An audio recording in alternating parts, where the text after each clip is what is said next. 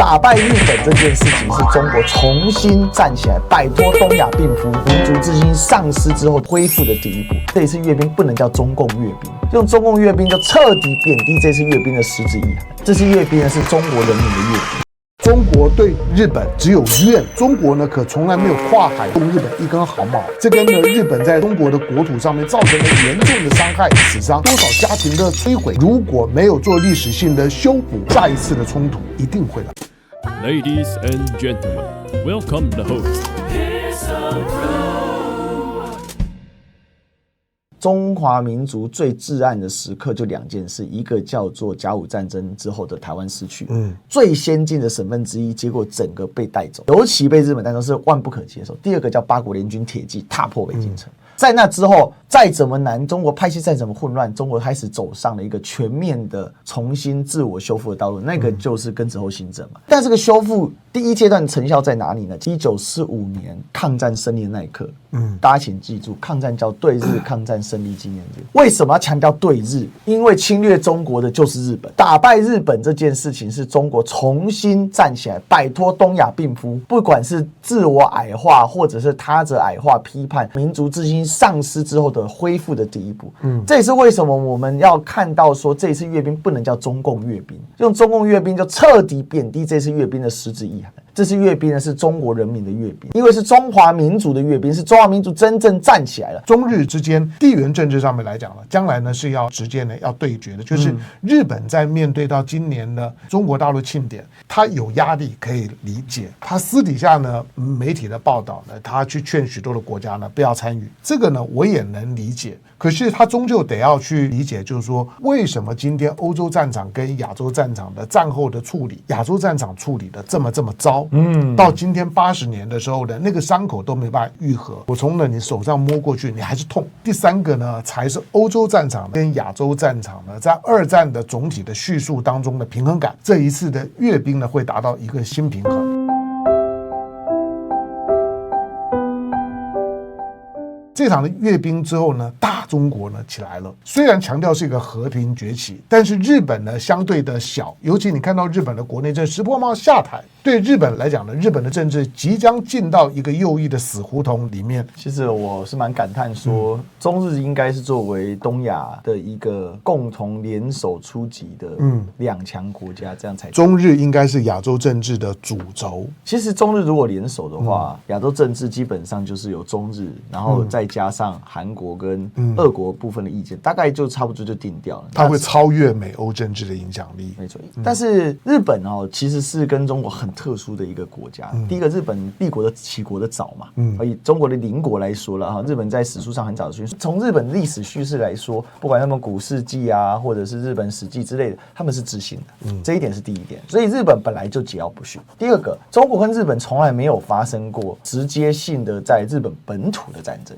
这个是很特别的。但是中国日本的这个历史纠葛却是非常的深刻的。对日本来讲，如果他向中国低头了，那会出现一个问题，就是他的近代叙事就崩塌了。尤其对右翼的来讲，当然左翼的人不是这么认为啦，但我们必须讲右翼，因为右翼长期在日本执政嘛，尤其自民党这个党，它的多数的成员都是很多是明治时期跟着明治天皇改革之后就起来，没有错。当然，事实上他们本来就是地方的，不管是武士阶级或者大名阶级的家族权贵啊。如何把中国压下去，就变成日本是不是强国的一个定义。这个是日本在历史里面，尤其右翼的里面的一个心理的情节。日本的右翼的思考的核心就变成这样：我不能认败。那这个想法如果没有物理条件的支撑的话，那本来也就是一个武士道的一缕幽魂吧。那这里面很有趣的是什么？但是整个地缘形势的急剧变化对日本冲击非常巨大，再加上黑天鹅事件彻底的捣碎了日本右翼长期相对稳定的执政，也就是安倍的被刺杀，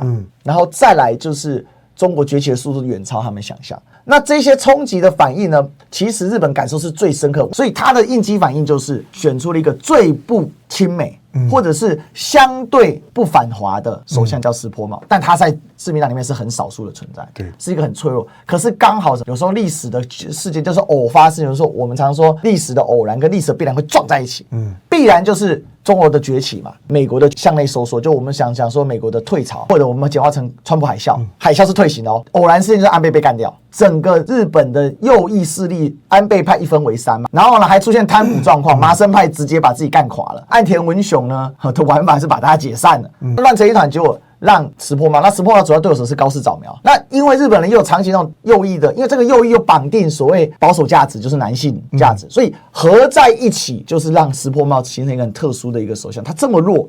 但是他却死不了。可是历史是摆荡的，自民党的结构就限制了他本身的急速转向的可能性。所以当石破茂撞破了某些东西的时候，他就要拉回。这一层的拉回，有日本内部政治的一些问题，有日本内部派系之间的一些问题，其实也有整个国际地缘政治跟整个全球往前推进的历史问题。当93阅兵之后，日本的一些右翼确实出现了一些心态上的变化，说现在中国像二战前的美国啊，那我就想说，哇，那美国要联合盟友，那所以美国现在是轴心国嘛？这实在美国人都错乱了，对日本来讲，它也是混乱的。所以我倒不认为这一次选举一定会让日本再更右，但是它的回弹是必然的，因为美国就是以日本作为第一岛链的锚定点，然后往下一拉，这是个锁链式的构想。那这个锁链式的构想还能够锁得住崛起的中国吗？看起来就是没办法。所以这也是为什么讲到中日问题，你还是得讲到台湾问题。台湾问题在这一轮里面可以看得出来一件很有趣的事情，就是台湾的声音不断在缩小。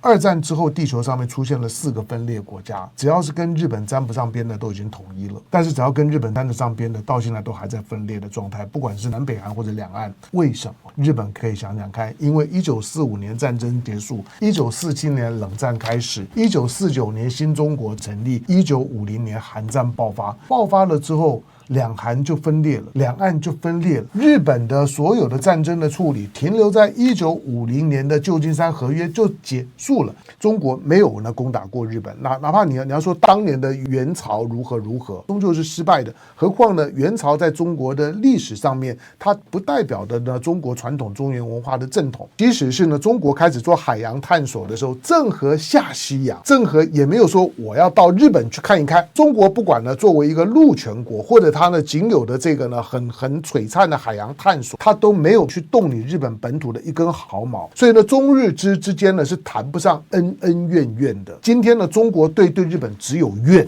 没有恩。日本呢不要低估这一点。因此今天呢要讨论历史的时候，中国人对于呢抗战的那个理解是简单而纯粹的。我没有做过什么对不起你的事，但是你做的这件事情是在我所有记忆所及里面，我觉得所有跟我打交道的周围的国家里面最恶劣的，最让我呢不可能忘记的。中日之间呢在历史问题当中处在一个极端的情绪不对等，但是这个情绪不对等日本太低估了。当1949年的中华人民共和国成立了之后，不但呢两岸的分裂使得呢日本呢觉得冤有头债有主的那个主变得不明确，所以呢债就免了。再加上呢两岸的分裂的关系，使得呢两岸呢有一段时间里面，在1971年以前，两岸呢都基于呢国共内战的对抗性的需要，相反倒过来都在拉拢日本。所以呢日本呢就更会产生一种呢觉得他对于中国的负债已经呢自动免债，这是错误的。第二个，1950年的韩战的爆发，使得呢美国呢把日本当作是呢东北亚的兵工厂、战争机器，帮助了日本呢很快的战后复苏。但是呢日本呢也会呢同样的对于朝鲜的这个前殖民地也开始进入到了一个呢自动免债的情况。因此不管是1949年的新中国的成立，两岸的分裂，1953年的韩战结束之后呢南北韩的分裂，都让日本呢在战争的处理停格在那个时刻。而美国基于冷战的需要巩固日本，把日本的战后的处理全部停下来。53年韩战一结束，1955年日本呢就进入联合国了，美国呢就基本上就把它都解放了。那日本呢今天固然觉得80年了，希望呢这些事情呢不要如何，然后呢就用一种自我催眠的方式，觉得这些事情都已经过，不可能。我说中日之间的恩恩怨怨，中国对日本只有怨没有恩。日本跟中日之间的历史关系是一个单向的关系。日本其实长时间处在一个粮食不足、半饥荒状态。工业革命之后，它既没有铁，又没有油，又没有气。日本呢基本上面不管是工业业革命前的农业时代，工业革命之后的工业化的时代本身的条件不足，使得呢它本身对外扩张的时候，它就是需要呢找个机会让自己呢站到大陆上面，它才会觉得踏实。但是这种的背景，中国呢可从来没有跨海呢去对呢日本动日本一根毫毛，这跟呢日本在中国的国土上面造成了严重的伤害，严重的死伤。今天中国谈任何一场的会战，22场的会战里面，任何一场的会战里面，多少家庭的摧毁，多少的中国人都有呢自己的先祖辈死在呢抗战的那8年或者是4年里面。这些如果没有做历史性的修补，他一定会回来找你。今天的大陆的崛起的过程当中，虽然当下的领导被班子诉求一个和平崛起，可是下一个世代呢，我如果这些问题不在当下的世代里面做一个呢比较有效的伤口处理，大家在态度上面把定位呢搞清楚，以后所有的悲剧它是有可能再发生的。可是呢日本今天在面对这件事情的时候，这不是日本的内部的什么左翼右翼的崛起，自民党的分裂，那个是你日本自己的家务事。在解释呢中日关系的时候，日本的家务事你要拿来呢当借口呢是没有用的。中日关系它有呢基本上面的框架问题，今天对于韩国的问题也好，对于台湾的问题也好，日本如果呢没有历史当中的基本的反省跟沉淀，把它只当作是一般的地缘政治当中的事物在谈论在表态，那个伤口不但不会好，而且下一次的冲突一定会来。